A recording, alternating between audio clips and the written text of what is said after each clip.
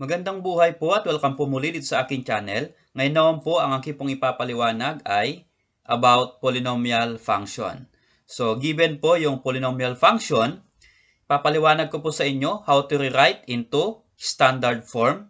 At mula po sa standard form, how to get the degree, how to get the leading term, the leading coefficient, and the constant term. So ipapaliwanag ko po sa inyo step by step.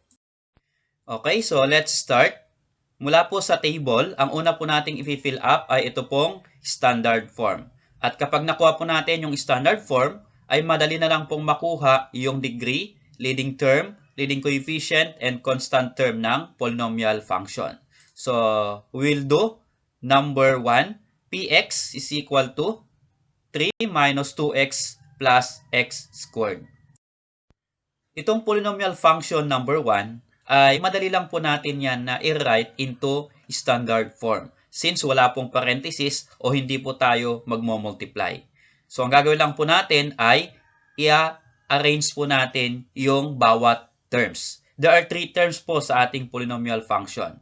At yung pinakang unang term dyan na dapat ilalagay natin ay yung may highest exponent. So, sa polynomial function, ito po ang may highest exponent, x squared. So, ito po yung ating uunahin. Ano po? Na ilalagay. So, magiging x squared. And then, followed by, yung may variable po ng exponent ay 1. Kasi 2 na yung nauna ang exponent. So, ito po yun. So, minus 2x po siya. Kapag i-write po natin, minus 2x din po. Kukunin natin yung kanyang operation. And then, yung last term natin, ito, 3. So, positive 3 po siya. Kapag nilagay po natin sa dulo, since positive, gawin po nating plus 3. Ano po? So, yan na po yung kanyang standard form. X squared minus 2x plus 3. Okay, so balik po tayo dito sa ating table. Fill up po natin yung kanyang standard form. Px is equal to x squared minus 2x plus 3. So, kunin po natin yung degree. Ang degree po ay yun po yung highest exponent. So, ang highest exponent po dyan, since x squared, ang degree po ay 2. Exponent ay 2. Okay? Next po ay leading term. Ang leading term po ay yun po yung term na may highest exponent. So, ibig sabihin, ang may highest exponent po ay x squared. So, yun po yung kanyang leading term, x squared. And then, para po sa leading coefficient, ang leading coefficient po ay ito po yung numerical coefficient ng leading term. So, ang numerical coefficient po dyan ng leading term ay 1 since wala pong nakalagay. Ano po? So, 1.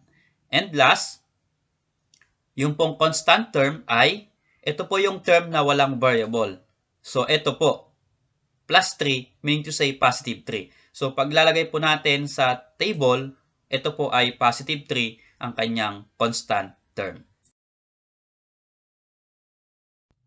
Okay, so for number 2 example, f of x is equal to 4x minus 5x cubed minus 6. So if you notice, sa atin pong function number 2 ay wala pong parenthesis, so wala po tayong isi-simplify. So ang gagawin lang po natin dyan ay we're going to arrange the terms from highest exponent to lowest exponent. So dito po ang highest exponent po natin dito ay 3 cube. So ito po yung pinakang first term natin kasi ito po yung may highest exponent. So, magiging negative 5x cubed since minus po yun. Okay? Ang next po natin dyan ay yung may variable pa. Ito po, 4x. So, kapag ilalagay po natin dito, since positive po siya, magiging plus 4x. Ano po? And then last ay ito po, minus 6. So, wala po siyang variable. Yan po yung constant natin. So, lalagay lang po natin dyan, minus 6. So, yan na po yung ating standard form. F of x is equal to negative 5x cubed plus 4x minus 6. Okay, so fill up po natin dito sa ating table. F of x is equal to negative 5x cubed plus 4x minus 6 ang kanyang standard form. Then, identify po natin yung kanyang degree. Ang degree po ay highest exponent. So, nasa first term.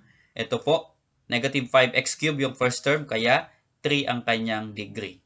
And then, yung leading term, yun po yung may highest exponent. So, yan po yung negative 5x cubed. Okay? And then, for the leading coefficient, ito po ay numerical coefficient po ng leading term. So, ang numerical coefficient po ay negative 5. So, ang leading coefficient is negative 5. Then next ay constant term. Ang constant term po ay, yun po yung term na walang variable again. So, ito po, minus 6 po siya, kaya ang kanyang constant term ay negative 6. So, marami pong nagkakamali dito kasi ang kinukuha lang po dyan na constant term ay 6. Hindi po nila ini-indicate yung negative. Ano po? Since minus 6, basta minus po yan, yan po ay magiging negative. Okay, so for number 3, example, y is equal to x times x squared minus 7. Okay, so bago po natin ipaliwanag yung number 3, click lang po muna ang like and then subscribe kung bago ka po sa aking channel and notification bell upang sa gayon ay ma-update ka sa iba pang video tutorial na aking i-upload sa mga susunod. At shoutout nga pala kay Ox TV. Okay, so for polynomial number 3, y is equal to x times x squared minus 7. Since mayroon po tayong parenthesis dyan, meaning to say, we are going to multiply first para makuha po natin yung kanyang standard form. So, to multiply x times x squared minus 7, ay apply po natin yung distributive property. So, we multiply first x times x squared. So, magiging x cubed. Then next, x times negative 7. Bakit po negative 7? Kasi minus 7. So, x times negative 7 is negative 7x. So, yan na po yung product ng x times x squared minus 7. X cubed minus 7x. So, ilagay lang po natin yung y. Yan na po yung kanyang standard form.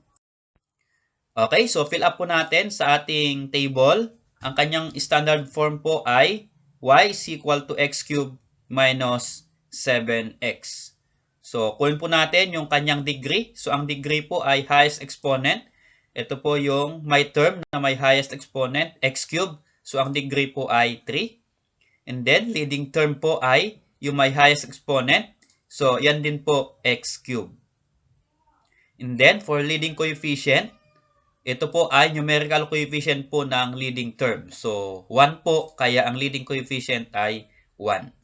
And then, for constant term, since wala pong term dyan na walang variable, so meaning to say, 0 po ang ating constant term. And then, next po ay for function number 4.